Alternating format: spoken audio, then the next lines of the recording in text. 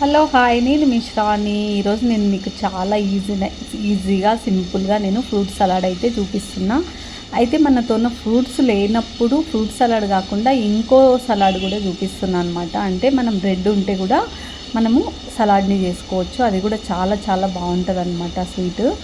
అయితే అది మనకు స్వీట్స్ తినాలి అనుకున్నప్పుడు ఈ ఫ్రూట్స్ లేనప్పుడు సలాడ్ని 2 రకాలుగా ఉపయోగించవచ్చు. ఒకవేళ మీకు బ్రెడ్ ఇష్టం ఉంటే బ్రెడ్ చేసుకోవచ్చు, లేకపోతే పళ్ళు ఇష్టం ఉంటే పళ్ళతో చేసుకోవచ్చు అనమాట. అయితే అది నేను ఇది 2 మీతోనే షేర్ చేసుకుంటున్నా. చాలా చాలా బాగుంటాయి, మీరు కూడా తప్పకుండా ట్రై చేయండి. ఇంకోటి ఈజీ, ఒక 15-20 నిమిషాల్లో అన్నీ ఉంటే ఒక 20 మినిట్స్లో మనకి ఇంత బాగా. ఇక్కడ నేను 1 లీటర్ పాలు తీసుకున్నా. దాంట్లో వాటర్ మనకు కావాల్సినన్ని వాటర్ పోసుకోవాలి. ఒక 1/2 లీటర్ పోసుకోవాలన్నమాట. తర్వాత బాగా ఇవి కొంచెం మరిగించుకోవాలి. అయితే చక్కెర తీసుకోవాలి, మన టేస్ట్ని బట్టి. మీరు చక్కెర ఎక్కువ తింటారా తక్కువ తింటారా చూసుకొని చక్కెర అయితే వేసుకోవాలి. ఇప్పుడు అంతలోకి ఇక్కడ కస్టర్డ్ కొంచెం వేసుకొని మనం వేడి పాలతోన దాన్ని ఉండలు లేకుండా చేసుకోవాలన్నమాట.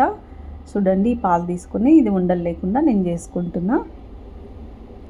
ఓకే, దీన్ని ఇప్పుడు మనం కలిపేసుకుందాము. ఓకే, ఇక్కడ చూడండి, ఇప్పుడు కస్టర్డ్ కూడా పక్కకు రెడీ అయిపోయింది. నెక్స్ట్ ఇంకా ఇక్కడ పాలు మరుగుతున్నాయి కదా, మనం కస్టర్డ్ని అందులో పోసుకోవాలన్నమాట. మనకి ఎంత థిక్నెస్ కావాలో అంత చూసుకొని పోసుకోవాలి. మరీ లిక్విడ్ ఉండకూడదు, మరీ థిక్గా ఉండకూడదు. నార్మల్గా ఒకసారి చూపిస్తాను చూడండి. ఇంకా కొంచెం లిక్విడ్ ఉంది కాబట్టి ఇంకొంచెం కలుపుకోవాలి. మనకు అప్పుడే అర్థమవుతుంది సలాడ్ ఎట్లుండాలని.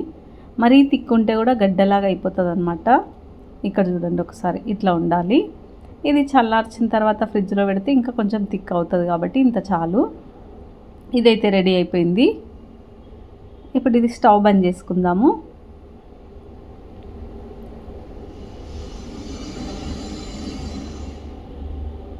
ఓకే, ఈ కస్టర్డ్ని మనం 2 రకాలుగా చేసుకోవచ్చు అని చెప్పినా కదా. ఫస్ట్ అయితే మనము దీన్ని ఫ్రూట్స్తోనే చేసుకుందాము.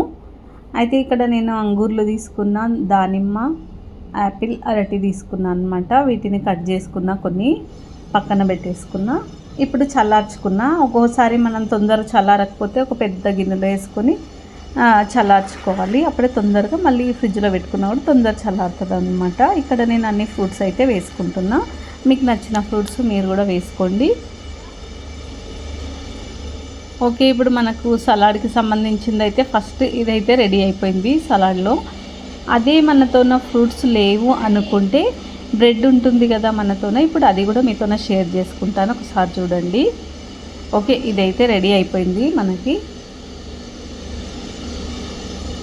నెక్స్ట్ వచ్చేసి నేనైతే బ్రెడ్ది కూడా చూపిస్తున్నా, ఎందుకంటే మీకు యూజ్ అవుతుంది కాబట్టి. ఇక్కడ ఫస్ట్ మనము ఒక గ్లాస్ చక్కెర వేసుకొని, ఒక గ్లాస్ వాటర్ వేసుకొని పాకం అయితే చేసుకుందాం బ్రెడ్కి. పాకం అంటే మరీ తీగ పాకం ఏం అవసరం లేదు, నార్మల్ పాకం. ఇక్కడ చూడండి, ఈ బ్రెడ్ అయితే తీసుకున్నా నేను. మీకు నచ్చిన షేప్లో మీరు కట్ చేసుకోండి.